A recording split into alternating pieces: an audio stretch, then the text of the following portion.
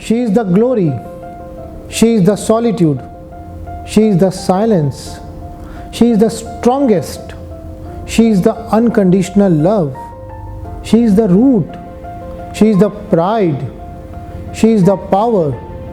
She is the greatest of God's creation. She is a woman. Today I will narrate a short story that I heard a while back. Once there was a girl and a boy who deeply loved each other. Soon they got married, and after some time they decided to start their family. The wife conceived and delivered a baby girl. The man was so taken aback that he abandoned both his wife and the child. The wife single-handedly took care of her girl and raised her to be an educated person. One day, they got to know that the man was fighting with brain tumor, with no money and no one by his side. He was dying all alone in the hospital. Suddenly, one day, the doctor said that they were ready to operate him as the amount has been paid by someone.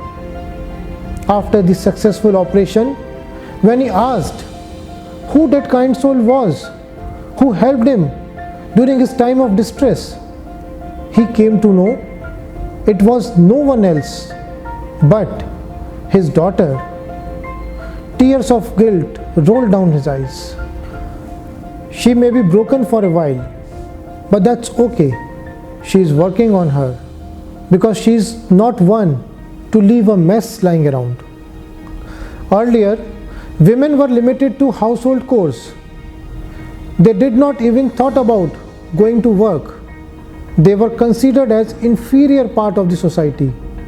But the thought changed after a few decades. Now, there is no field where women do not excel. We can see them everywhere and holding top positions. Women are and should be imparted equal rights and opportunities everywhere. They ought to be given the freedom to move ahead. Just imagine, if there are no women, where will the man come from? Who will bring them to this world? My grandfather always used to say, if we educate a boy, we are educating only the boy. But if a girl is being educated, then you are educating the future generations. And believe me, I understood the importance and value of this statement when I myself became a father. A woman can do anything if given a chance. Girls with dreams become women with vision. So let's take an oath to make not just today, but every day a very happy Women's Day.